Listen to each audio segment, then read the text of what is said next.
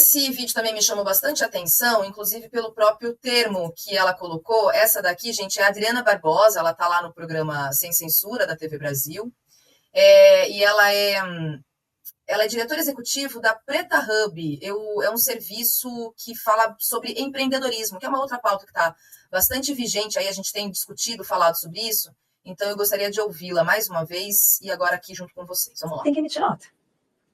O que classifica ele como um empreendedor. Claro. E, na verdade, não. Ele não é um empreendedor. Ele é um entregador, mas que o sistema dele de contratação é o sistema de empresa. Ele é um emissor de nota fiscal também, entendeu?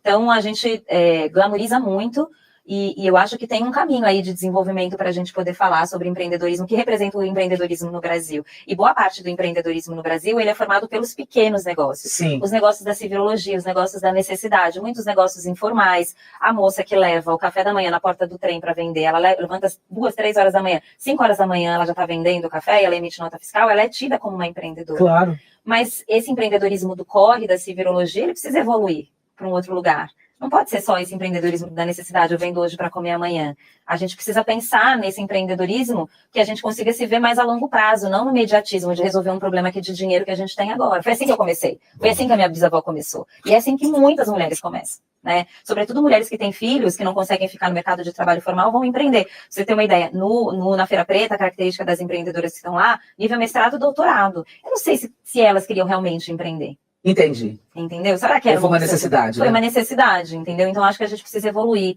né? Reconhecer que o Brasil é formado desse tipo de empreendedorismo e criar um ambiente mais favorável, né? Um entregador, ele tem que emitir nota. Começando novamente. Mas eu achei, primeiro eu gostei muito da expressão, eu vou adotar, empreendedorismo do corre. Porque muitas vezes, professor Viaro, o que a gente tem chamado, e como ela disse muito bem, de maneira muito romantizada e descolada muitas vezes da realidade, o que a gente chama de empreendedorismo, muitas vezes é necessidade ou, no limite, desespero. É para a pessoa não passar fome e não morar na rua.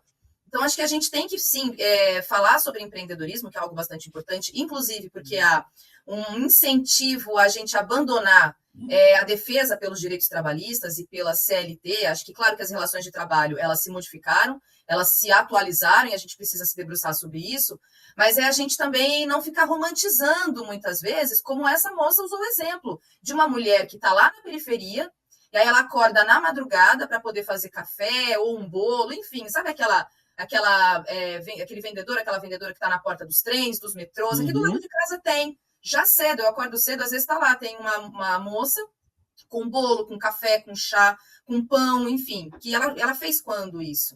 Não brotou, né? Não é mágica. Tem alguém que produziu essa alimentação e ela está aqui, 6, 7 da manhã, já oferecendo aqui no centro do Rio de Janeiro, como deve ser uma realidade dos grandes centros e das cidades em geral.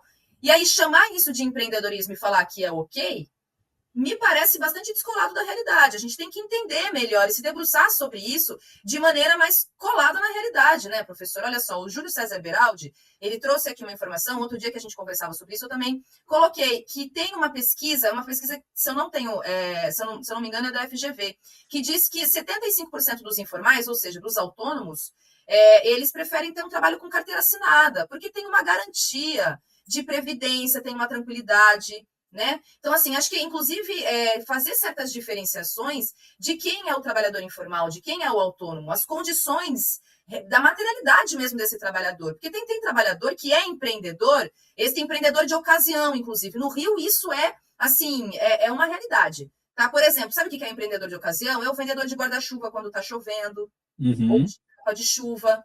Aquele vendedor da porta do estádio que um dia está vendendo as camisas do Flamengo, no outro dia as camisas do Vasco, um dia está vendendo a toalha do presidente Lula, outro dia está vendendo a toalha do Bolsonaro. É empreendedor, mas é de ocasião, porque ele está vendo o contexto e ele está oferecendo o que dá. E é para não morrer de fome, muitas vezes. É para pagar um aluguel.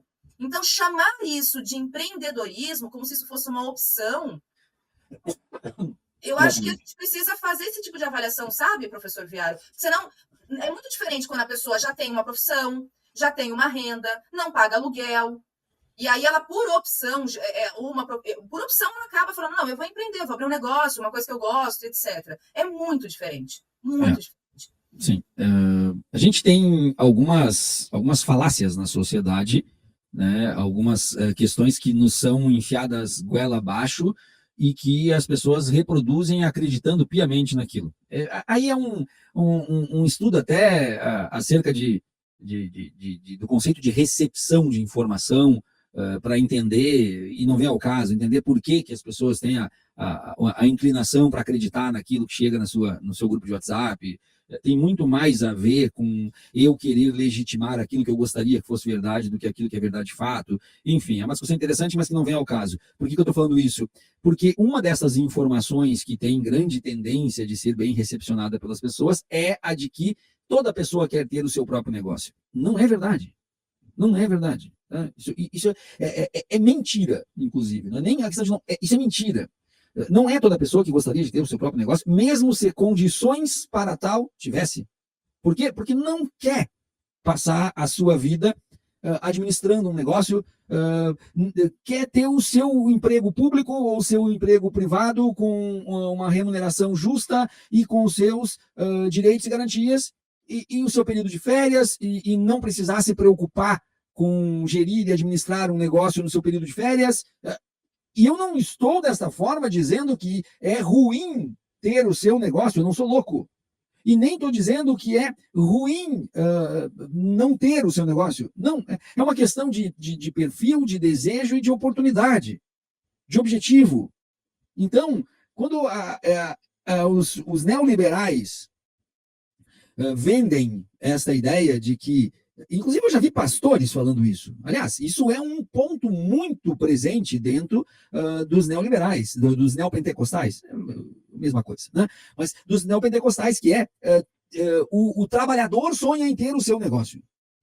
O trabalhador sonha em ter a sua empresa, porque o trabalhador sonha em ser também um empresário, sonha também. Não é verdade, tem alguns que sim querem ter o seu negócio, e é justo que o queiram. É justo que o queiram. Alguns querem criar uma grande empresa. E é justo que o queiram. A gente pode pegar isso aí, inclusive, em grandes influencers que também nos servem para mostrar a diferença. Nós temos grandes influencers que decidiu se manter com um podcast e passar a vida inteira com um podcast ganhando um monte de dinheiro. O outro decidiu abrir, a partir do podcast, um guarda-chuva de empresas e empregar mais gente. São perfis. Então, chegar para uma pessoa dizer que o governo tem que dar condições para que as pessoas possam empreender. Não, o governo tem que dar condições para que as pessoas possam empreender se assim o quiserem, para que as pessoas possam fazer um curso superior se assim o quiserem, para que as pessoas possam fazer um concurso público ou um ensino técnico se assim o quiserem.